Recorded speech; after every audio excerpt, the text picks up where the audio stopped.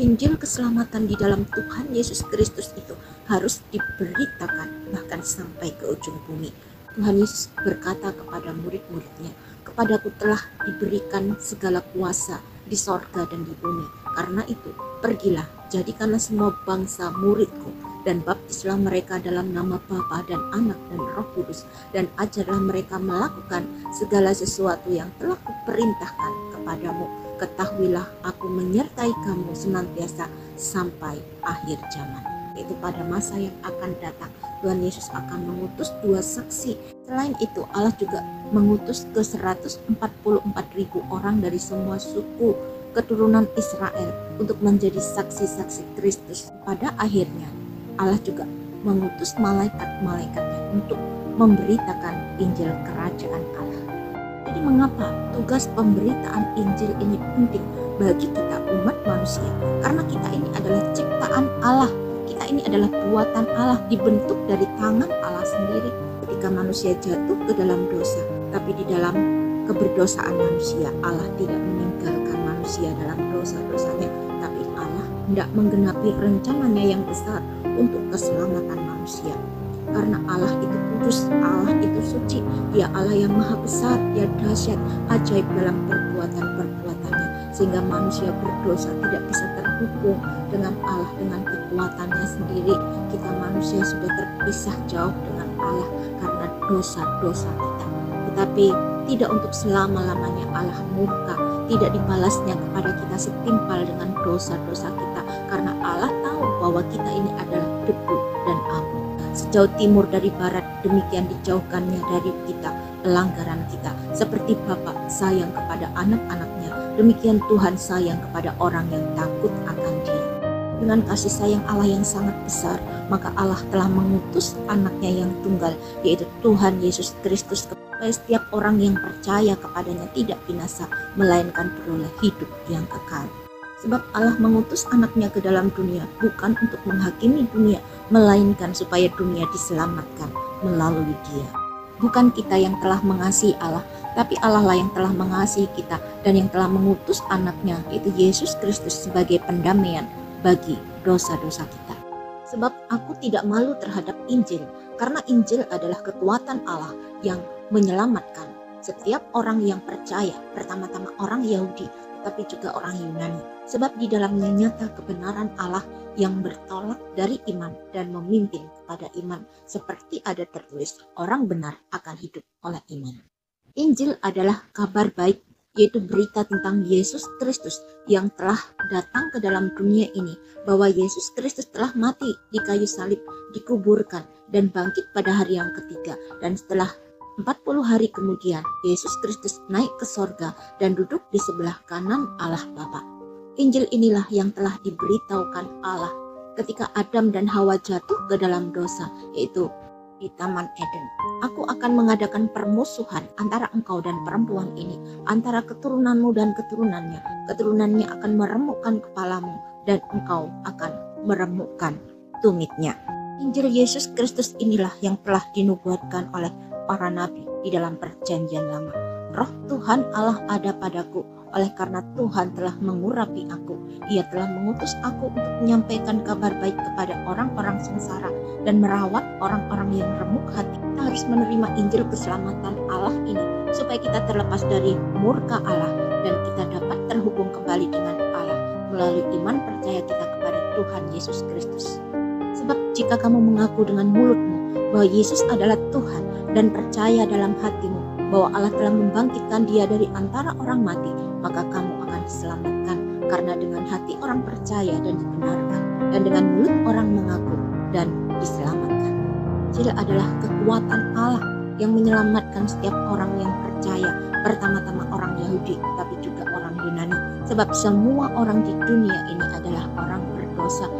Dosa yang kita warisi dari nenek moyang kita, maupun dosa-dosa yang kita perbuat sendiri. Jadi baik orang-orang Yahudi yang adalah bangsa pilihan Allah, demikian juga orang-orang non-Yahudi, semuanya adalah orang berdosa dan berada di bawah murka Allah. Karena semua orang telah berbuat dosa, berada di bawah murka Allah, maka kita semua perlu diselamatkan. Dan keselamatan itu hanya ada di dalam Tuhan Yesus Kristus yang adalah penggenapan rencana Allah sejak semula, supaya setiap orang yang percaya dan yang tetap setia kepadanya sampai pada akhirnya diselamatkan dan dilayakkan untuk masuk ke dalam kerajaan Allah yang kekal dan mulia. Injil adalah firman Allah yang adalah benih yang hidup yang diberikan Allah kepada kita manusia.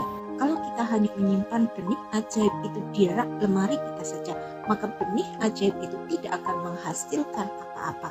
Tetapi apabila benih ajaib itu kita tabur dan kita tanam di dalam hati kita, dan kita mulai terbuka kepada Allah kita, maka benih yang ajaib itu akan bertumbuh dan menghasilkan iman di dalam hati kita, dan terjadilah mukjizat-mukjizat sesuai dengan kebutuhan kita. Karena setiap kata demi kata di dalam Alkitab memiliki kehidupan.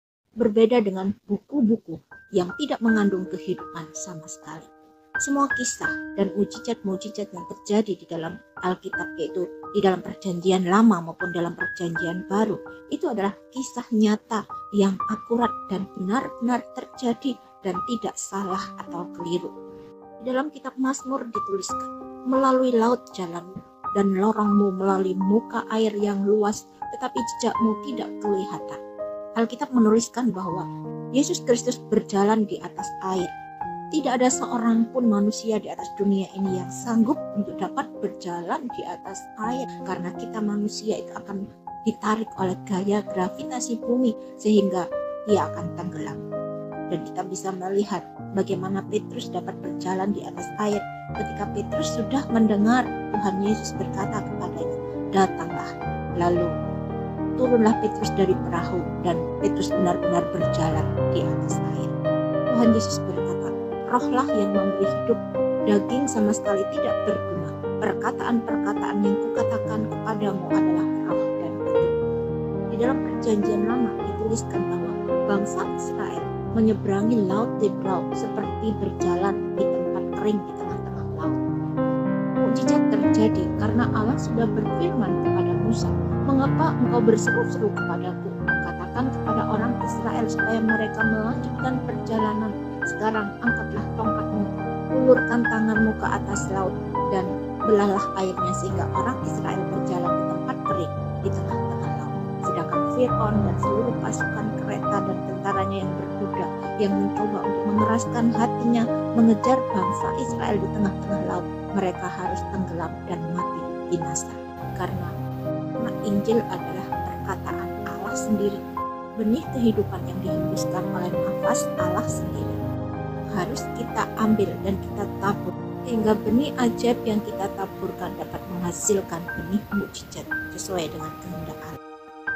Karena apa yang ditabur orang itu juga yang akan dituainya.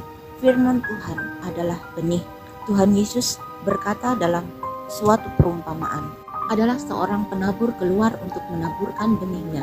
Pada waktu ia menabur, sebagian benih itu jatuh di pinggir jalan, lalu diinjak orang dan burung-burung di udara memakannya sampai habis. Sebagian jatuh di tanah yang berbatu-batu, dan setelah tumbuh, ia menjadi kering karena tidak mendapat air. Sebagian lagi jatuh di tengah semak duri, dan semak itu tumbuh bersama-sama dan menghimpitnya sampai mati. Sebagian jatuh di tanah yang baik, dan setelah tumbuh, berbuah 100 kali lipat.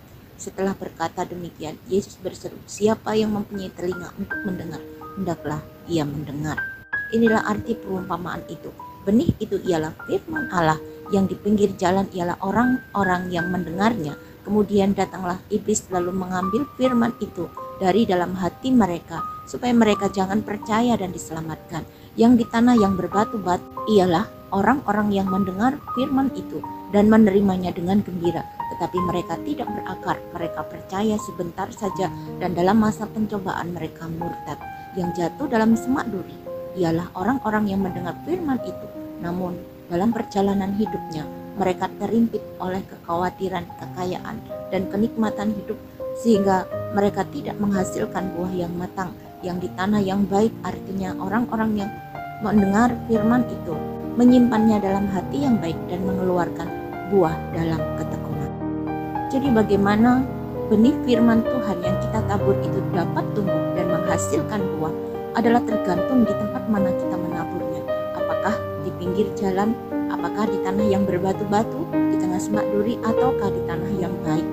Tanah di sini adalah gambaran dari hati manusia, hati yang keras, sikap hati yang tidak mau percaya akan firman Tuhan, sikap hati yang tidak mau bertobat, sikap hati yang tidak tulus, sikap hati yang dipenuhi dengan kedagingan, hawa nafsu, kekayaan dunia yang semu, dan sebagainya.